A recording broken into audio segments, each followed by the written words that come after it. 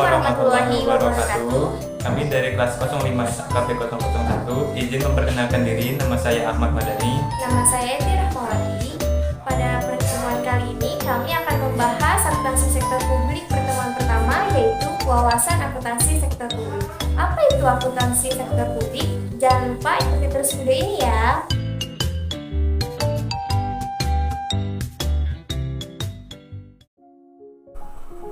Baik, untuk materi yang pertama yaitu definisi akuntansi sektor publik. Kita melihat kembali apa itu pengertian akuntansi. Akuntansi merupakan proses mengidentifikasi, mencatat, mengukur, mengklasifikasi, dan mengiktisarkan transaksi dan kejadian keuangan, menyajikan laporan, serta menginterpretasikan hasilnya. Sedangkan sektor publik merupakan sebuah entitas yang berkolerasi dengan berbagai aktivitas seperti pelayanan publik, produksi barang, serta pemenuhan hak publik yang dijalankan. Memenuhi kebutuhan publik dengan pelayanan yang maksimal merupakan tujuan dari akuntansi sektor publik. Nah, jadi menurut Indra Bastian, akuntansi sektor publik merupakan mekanisme teknik dan analisis akuntansi yang diterapkan pada pengelolaan dana masyarakat di lembaga-lembaga tinggi negara dan departemen-departemen di bawahnya, seperti pemerintah daerah, BUMN, BUMD, LSM, dan yayasan sosial pada proyek-proyek kerjasama sektor publik dan swasta.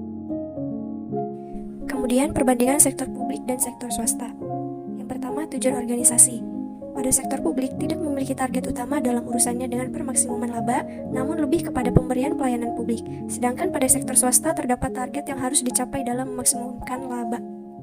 Nah, yang kedua, sumber pembiayaan. Sektor publik memperoleh sumber pembiayaan yang berasal dari pajak dan retribusi, charging for service, laba BUMN, pinjaman berupa utang luar negeri, maupun obligasi serta pendapatan yang lainnya yang sejalan dengan peraturan perundang-undangan. Sedangkan sektor swasta dibiayai oleh sumber internal seperti bagian laba yang dilakukan investasi kembali ke dalam perusahaan serta kontribusi modal pemilik. Sedangkan sumber eksternal pembiayaannya berasal dari utang bank, penerbitan obligasi, serta penerbitan saham. Lalu yang ketiga, pertanggungjawaban. Sektor publik memiliki pertanggungjawaban penuh terhadap masyarakat karena sejalan dengan tujuan yang telah ditetapkan, yaitu memberikan pelayanan prima bagi masyarakat. Nah, sedangkan sektor swasta berpusat pada stakeholder, yaitu pemegang saham dan kreditur. Kemudian struktur organisasi. Letak perbedaannya adalah pada sifat dari struktur organisasi itu sendiri, di mana sektor publik memiliki sifat birokratis, kaku, dan hierarkis, sedangkan sektor swasta lebih luas dan fleksibel. Nah, kemudian karakteristik anggaran. Sektor publik mempublikasikan anggarannya kepada publik untuk diketahui secara umum, namun selanjutnya menerima kritik dan sebagai dasar diskusi. Namun anggaran pada swasta sifatnya adalah tertutup bagi publik. Nah, kemudian sistem akuntansi pada sektor publik itu memiliki sistem basis kas menuju akrual, sedangkan sektor swasta basis akrual.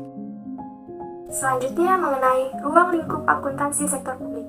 Ruang lingkup akuntansi sektor publik yaitu semua lembaga pemerintah dan organisasi nirlaba atau non-profit. Contohnya, lembaga pemerintah daerah, organisasi non-profit, lembaga swadaya masyarakat, partai politik, yayasan, kesehatan, sekolah, tempat ibadah, dan perguruan tinggi.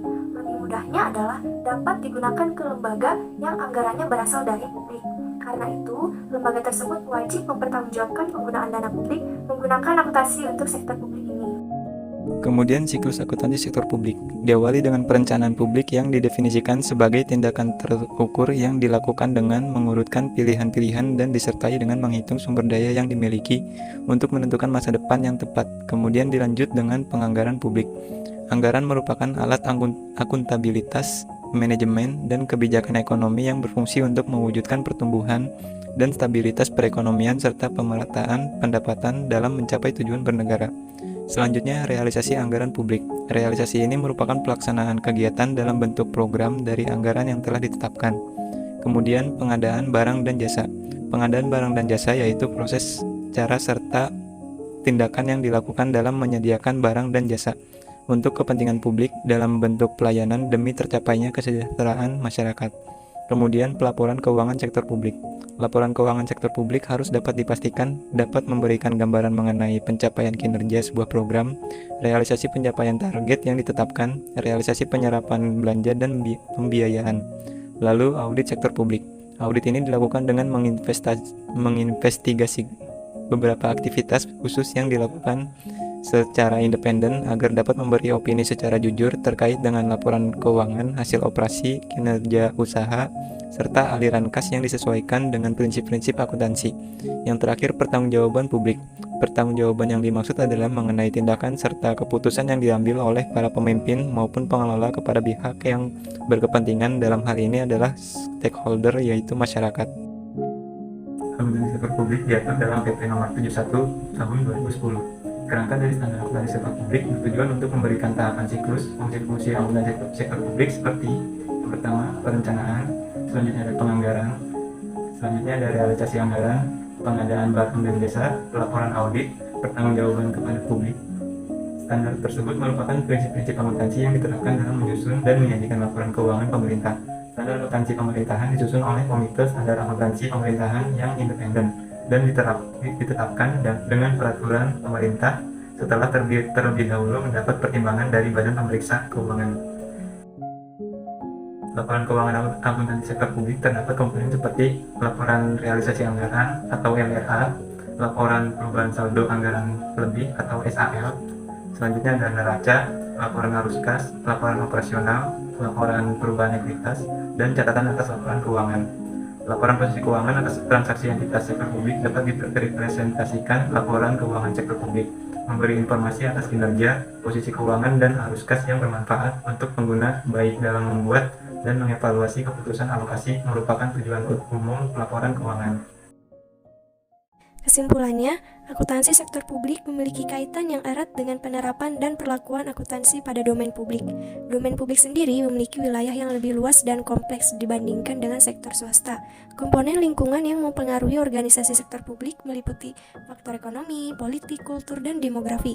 Dari sudut pandang ilmu ekonomi, sektor publik dapat dipahami sebagai suatu entitas yang aktivitasnya berhubungan dengan usaha untuk menghasilkan barang dan pelayanan publik dalam rangka memenuhi kebutuhan dan hak publik. Sekian materi yang dapat kami sampaikan, kurang lebihnya mohon maaf. Wassalamualaikum warahmatullahi wabarakatuh. Jangan lupa komen di kolom komentar.